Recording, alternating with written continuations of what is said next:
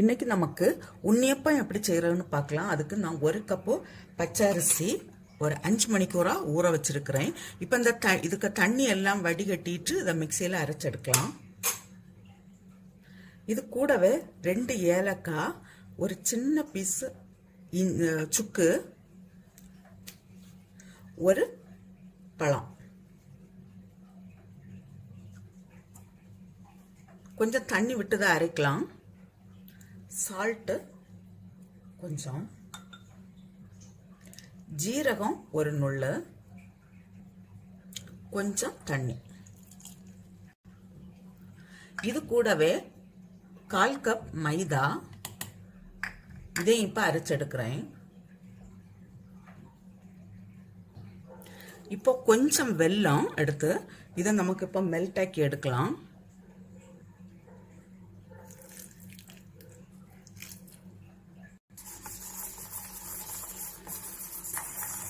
இது சூடா இருக்கும் போதே நமக்கு இதை மாவுல விட்டு கிளறி கொடுக்கலாம்.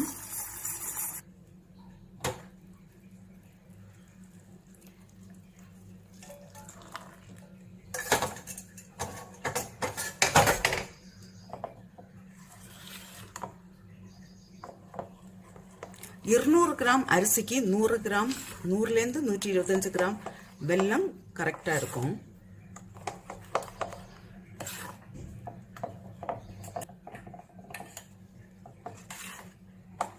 இது நீ ஒரு 6 மணிக்கூர் இருக்கட்டும், அப்புறம் நமக்கு செய்யறதுக்கு தொடங்கலாம்.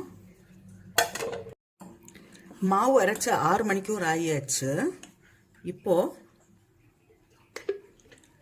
இதுல 1 ஸ்பூன் நான் கீ விடுறேன். 1 ஸ்பூன் போல எள்ளு, இதை நான் வறுத்தெடுக்கிறேன். இதுல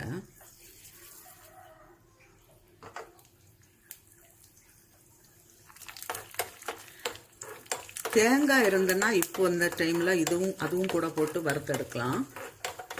நான் இப்போ போதும், இதை ஆஃப் பண்றேன்.